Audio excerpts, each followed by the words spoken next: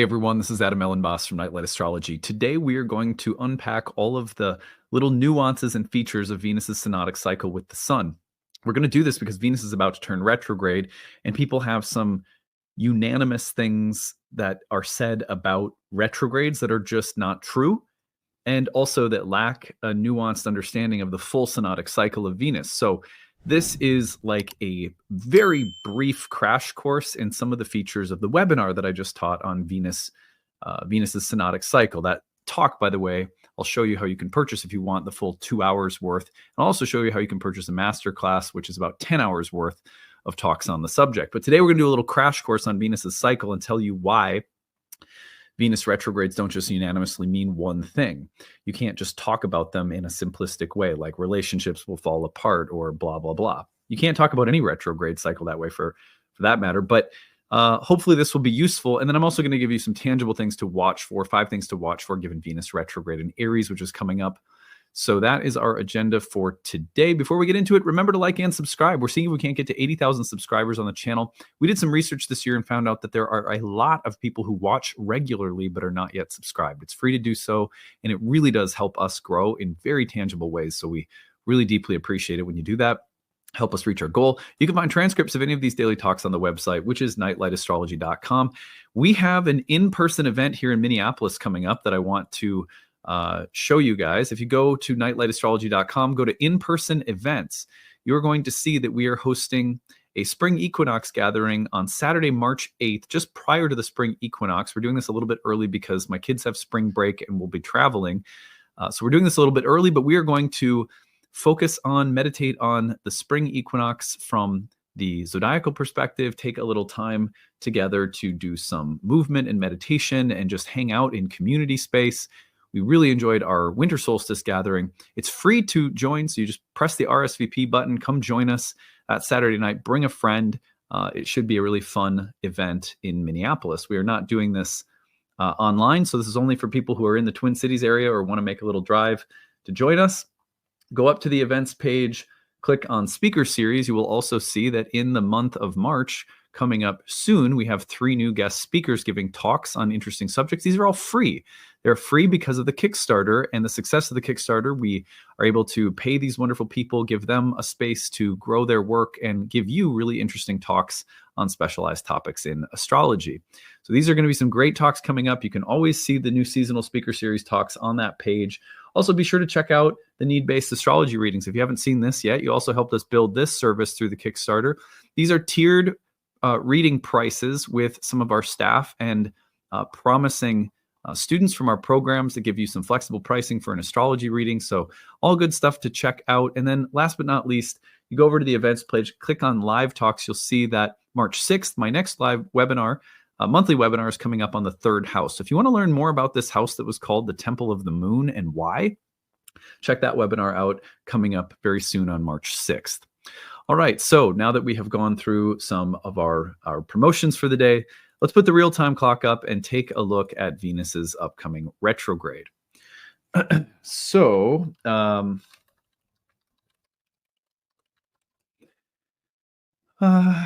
so Venus retrogrades occur about every year and a half. I think it's around 18 months or so.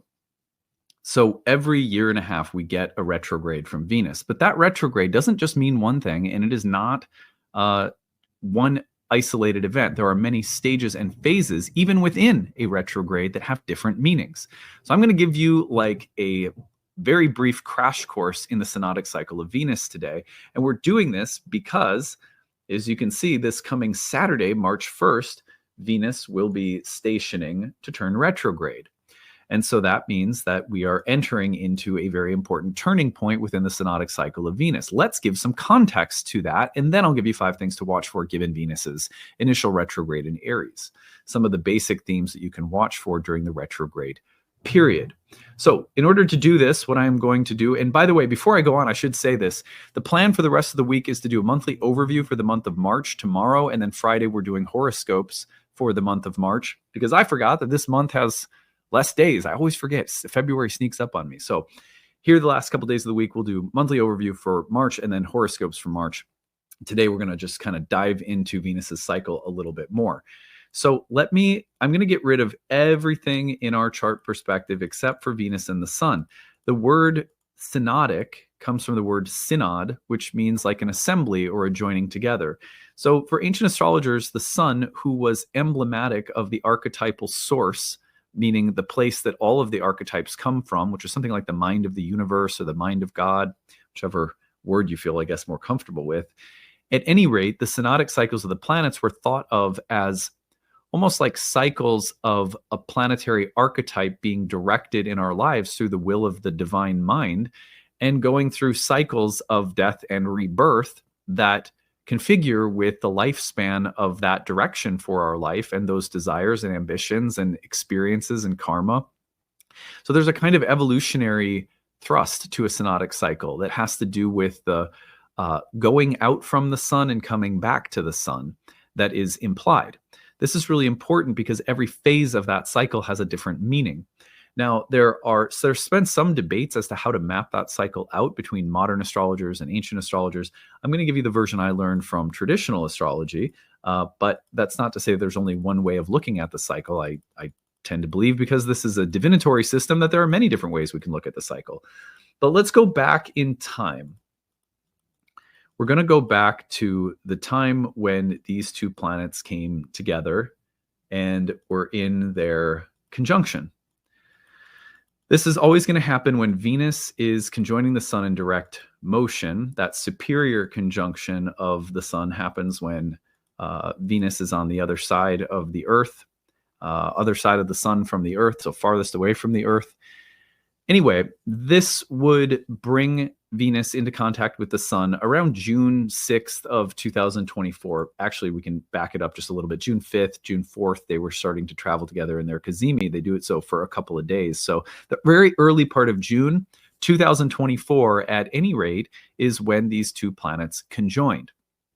So that begins the cycle. And at this time, that cazimi moment when Venus is in direct motion, a way to thinking about it is that there is a very seamless, powerful way in which purpose, signified by the sun, plot, ambition, purpose, the things that we are motivated to do, the course of action. It's kind of like the hero's journey, the sun is. So when Venus is at the heart of the sun, that is establishing a very strong, clear sense of Venusian purpose. It's like Venus is being infused with new life, new intentions, new direction. So that's the way of thinking about the cazimi in direct motion. That starts a new cycle. Now, some modern astrologers like to use the Venus retrograde inferior conjunction with the sun as the starting point. Like I said, you can play with this cycle in different ways, but the bottom line is, from this moment forward, what starts happening is Venus goes in direct motion, and we'll get into a separation range from the sun.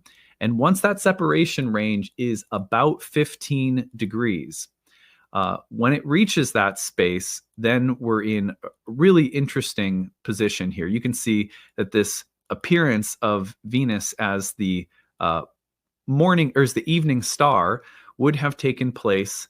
And this is about 15 degrees of separation. You can see Venus at 20 Leo, the sun at 5 Leo. This is by the end of July. So in this phase, Venus is starting to bring forth from invisibility in a relatively unconscious space the intentions and new direction of the cycle. So you can track these out, and it is incredible to watch, especially as they dance across different houses, different topics of the birth chart by transit. But in this moment, you often have Venus in making an appearance as carrying something into the light of conscious awareness, or into an externalized form, or through an event or circumstance. She will suddenly appear in a very strong and dramatic way, often having gestated and come from the conjunction earlier that would have took place, in this case, in early June. So this appearance phase is really important and often announces things that have been invisible. It brings them forth somehow into manifestation. However, there's also a kind of youthful immaturity. You get the feeling that this Venus is new, young, flashy, bright on the scene, fresh, but may have a way to go to fully blossom or mature. And these are all symbolic ways of thinking about the life cycle that can apply and show up symbolically in many different ways. Now, I like to say, like, I use this example in the class I taught the other day. A newly appearing Venus is an evening star is like a young girl who's being discovered as a real talent with her singing voice. When you get Venus maximally elongated as a bright, luminous, slow moving evening star very high up in the evening sky, it's more like now she's matured into royalty. Now she's Taylor Swift. Now she has moved into a space where she's fully blossomed and matured. This is what happens next for Venus. Venus is going to move toward her maximum eastern elongation. What that means is that we are basically saying this. So this is in the evening star position. So the sun is setting right here, and Venus is high up in the evening sky.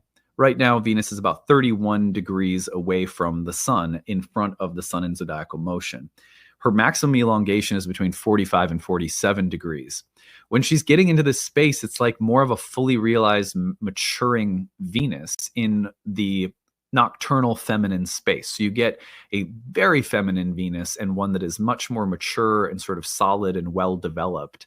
And that can also mean that the karma is ripening or developing, which is maybe a more neutral way of thinking about it, right? But also there is a very real way in which sometimes you see a much healthier, more capable, sort of robust Venus in terms of the gifts that she brings. Anyway, there are different ways of thinking about it, but this is the Venus that is slowly maturing. And this is where we often see the symbolism of something that's much more well established and firmly set in with respect to the karma Venus represents. Now, what's going to happen is we call this the maximum eastern elongation because she's basically moving higher in the sky toward the east, but she's going to reach a limit to how far she can go before she starts her retrograde and starts pulling back toward the sun. That typically happens around 45 to 47 degrees. It's like that's the farthest away we're going to get. So let's see how that happens. So right now, Venus is 33, 34, 35 degrees away. Right now, she's about 36 degrees away. And let's see if we'll keep, yeah. So now we've got 22, 32, 37, right? So it keeps on like this. Then it gets to 45. And then what happens is once it reaches that maximum elongation, right now we've got Venus 42 degrees away from the sun, if you count it like this. And then it's gonna reach this place where it can't get any further. Okay, so that's the maximum eastern elongation. As soon as it gets to that space, it's gonna sort of start slowing down a little bit. And that's where we come to the place that we find ourselves now. That distance is starting to be collapsed as Venus is brighter and more luminous, but also slowing down. And then the station in retrograde happens. This is one way of understanding this, is that Venus, whatever Venus brought forth from that conjunction where it was infused with a new intention or direction from the sun, is now reaching a place of maximal expression. And so after it reaches that place, it has bared its karmic fruit. That means that it's fully realized something. But now what's going to happen is what has been gained will be given back. The insight will lead to a change of priorities or direction. When something is ripe karmically, the fruit is taken and received. And then a change begins to occur. And that in the life cycle of a tree, you think about the fruit being ripe, falling off the tree, and then beginning the decomposition process. We use similar metaphors when we talk about the moon cycle and the sort of last quarter harvesting moment. This is, in a way, a kind of last quarter moment for Venus as she's realized something. And that realization or that blossoming of the Venusian karma is now ready for a kind of death phase, or a letting go, or a releasing, or a transformation that begins to occur because we've reached the culmination. Because the culminating moment then turns us. So that culminating moment for many people is expressed, especially in a cardinal sign, a cardinal fire sign like Aries, will be expressed as a sudden dramatic flipping or reversing of circumstance or plot line. But this is only applicable right around the time that Venus stations and turns retrograde. So give it maybe like a week. prior to the station and maybe like a week after the initial retrograde. That little window of time is the specific time in which reversals, breakdowns, more dramatic sudden shifts of plot tend to occur, especially again in a cardinal sign. Now, when that shift happens, it's characterized by something like being reversed or flipped, or a change or a turn or a delay or a setback or an illness or a crisis. And the language traditionally is more crisis laden just for this particular period. The rest of the retrograde is not really talked about that way.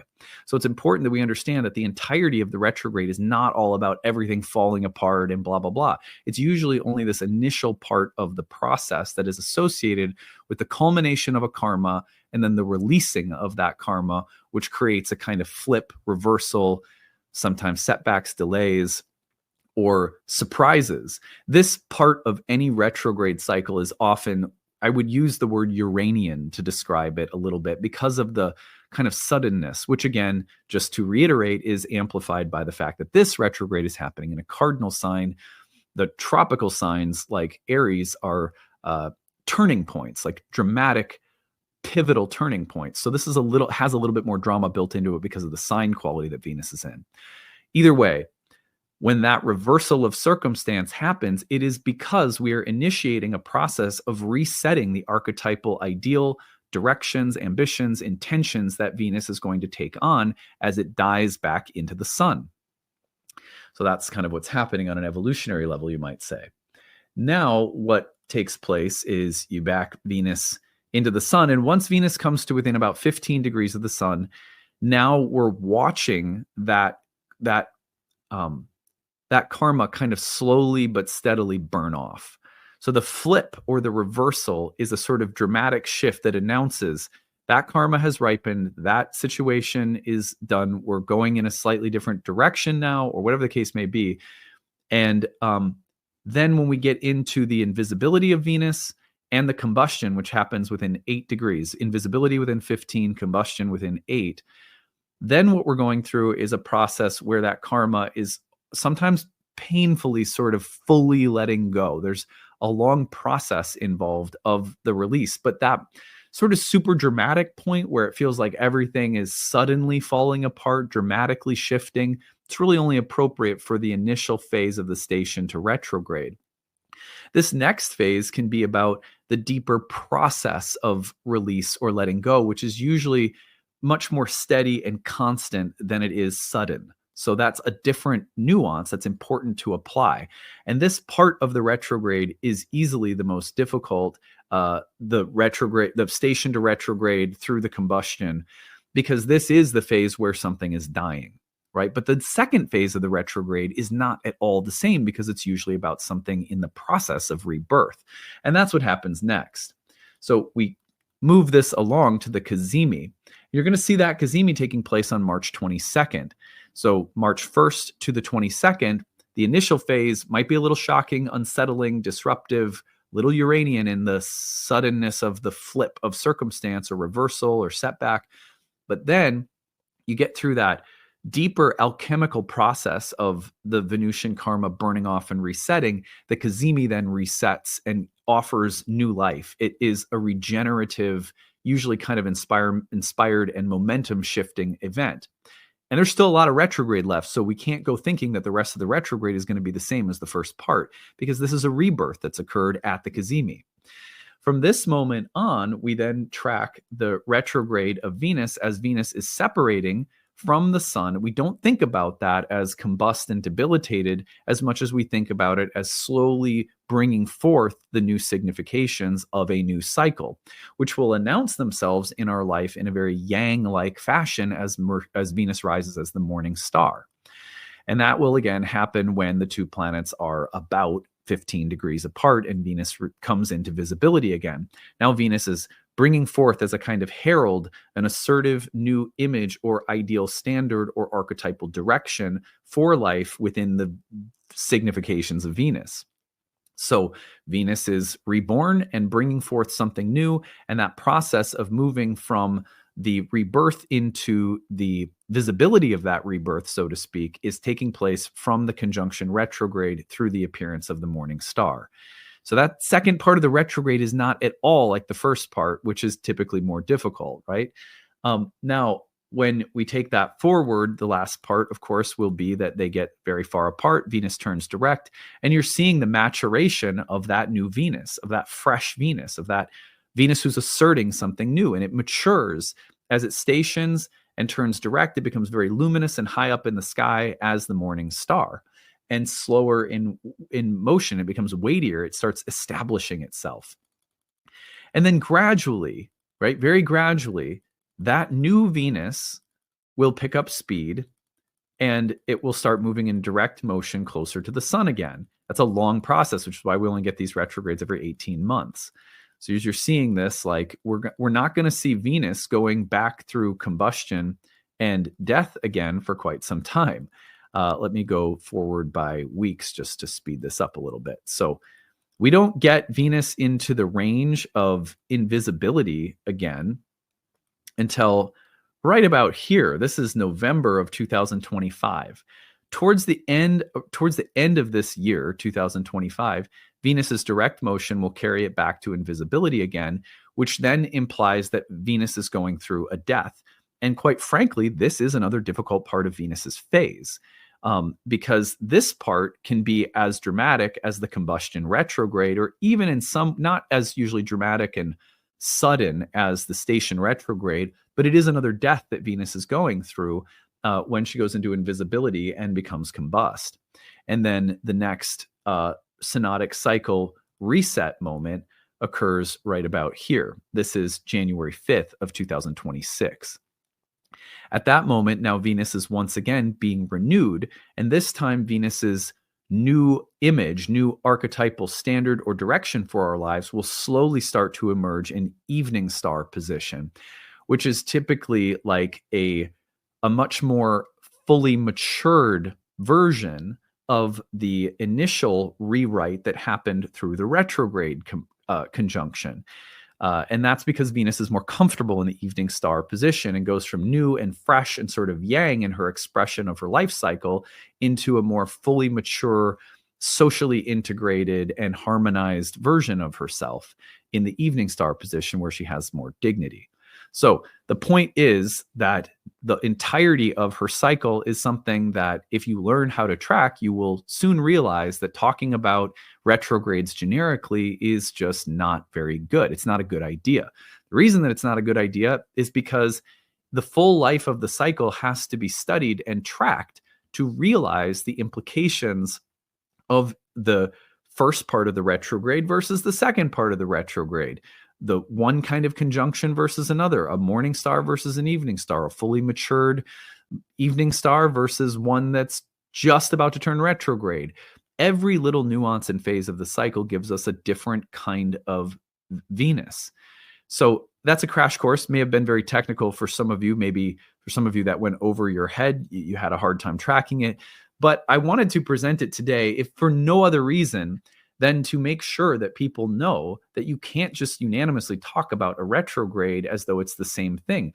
The station to retrograde is very different from the maximum elongation. Like a maximally elongated Venus that's not real close yet to turning retrograde within, say, a few days is a very mature and very strong and often very positive Venus compared to those 3 degrees prior to retrograde, where you can often anticipate that something is about to get flipped or that there will be a kind of Uranian shift with respect to that karma. And you can do this by transit as well. Notice the difference between fully mature Venus phase and the Venus retrograde, the Venus stationing to retrograde. Notice the difference between the Venus retrograde moment and the 8 degrees of combustion prior to conjunction. They're very different experiences. And then notice the entirely different kind of Venus that you get from the retrograde inferior conjunction all the way through its station direct. That Venus is very, very different from the first part of the retrograde. So nuance. And we need to like diversify our astrological palettes and understand phasal dynamics, because they become crucial to tracking cycles and making them more meaningful and less generic. Anyway, let me give you now 5 things to watch for given that Venus is in Aries, and these should be applicable in terms of the kinds of changes that Venus brings, especially from the station retrograde through the combustion. By the way, that station retrograde through the combustion, let me just give you the time period for that. This would be the kinds of shifts or changes implied by the change of direction all the way through the conjunction. So let's go forward to, here we are again on Saturday, Venus stationing. So March 1st/2nd, all the way through the Cazimi on March 22nd. This period of time that constitutes the 3 weeks of March here. These are the things that I would watch for. One is that Venus is in her own bound in the sign of Aries and is turning retrograde in a Mars-ruled sign. So it may be that a kind of matured Venusian karma is now asserting something. I want to do this. I want to make this kind of change. Watch for an assertive Venus. Assertive Venus because she's in her own bound and because she's in the sign of Aries, the cardinal sign of fire and Mars. So this may be a change that is less about Venus feeling helpless to circumstance and more about a change that Venus herself is initiating or prompting or asserting. Think about it that way. See if it gets you anywhere. Number 2, Venus may be initiating a revision. I desire something, I want something, I prefer something, I value something, I like this, I don't like that. And that because of this, I want to revise something. I want to revisit something. Number 3 would be that Venus is leading the way for a paradigmatic change. The reason I say that is that this Venus retrograde basically initiates the rest of the activity of the month in the sign of Aries, which includes a Mercury retrograde, a couple of Cazimis with the sun entering Aries, a solar eclipse in Aries, Neptune entering Aries, eventually Saturn entering Aries. Because Venus is in her own bound and initiating the first movement of all of these Aries movements, it makes me wonder if this isn't the, I use this in the monthly overview, like if this isn't the face that launched 1,000 ships, if this is not Helen of Troy, if there isn't some way in which Venus is leading the way for a kind of very fiery paradigmatic change. And that the Venus retrograde may be sort of like the battering ram that is bringing forth a much broader, significant kind of shift or change of direction that's more paradigmatic than even just a Venus-based change of taste or value or something. It's like she's just the tip of the iceberg or something like that. Number 4, it could be that something Venusian, a desire, a piece of art, a relationship, something Venusian is temporarily delayed or set back. And you have to kind of go through a process before you can get back on track. That would be just think of Venusian things that get temporarily sort of hung up on something. And then finally would be the most obvious one I saved for last. I sort of buried the lead, which is that there can be powerful shifts or changes in relationships. I would specifically look at power dynamics, the give and take, the ability to lead and the ability to follow and the ability to shift back and forth seamlessly between those dynamics within relationships will probably be featured here. Things like jealousy, needing to win, needing to be on top, needing to be number one can infect and destroy a relationship. And this is a Venus retrograde that might focus on some level on the power differentials or dynamics in our relationships. So that's how I would think about that. Those are some basic takeaways that you might watch for between, let's say, the 1st of the month and the 22nd. Those things may be pronounced, but from the 22nd onward, think more about what you've learned during this phase or the kind of breakdown and revision of Venusian karma taking place as now bringing forth something new. And it's more about that newness and that rebirth on the retrograde conjunction, the inferior conjunction, and the rest of the retrograde forward. Now that timeline, let me just give you really quick as well. So the conjunction takes place March 22nd. Venus then bringing forth into the morning star position, that newness is essentially taking place as the morning star appearance is happening here, right around here. So you've got like around April 1st that Venus appears as the morning star in Pisces. And then that kind of direct motion happens by the middle of April. So think about that as, late March through mid-April, Venus then carrying forth the rebirth of the cycle and bringing forth a new direction for Venus. Okay, so I hope this was a useful exploration today. Don't forget, tomorrow we will be looking at the overview for the month of March, and then we'll be doing horoscopes on Friday. I hope you're having a good one, and we'll see you again soon. Bye, everyone.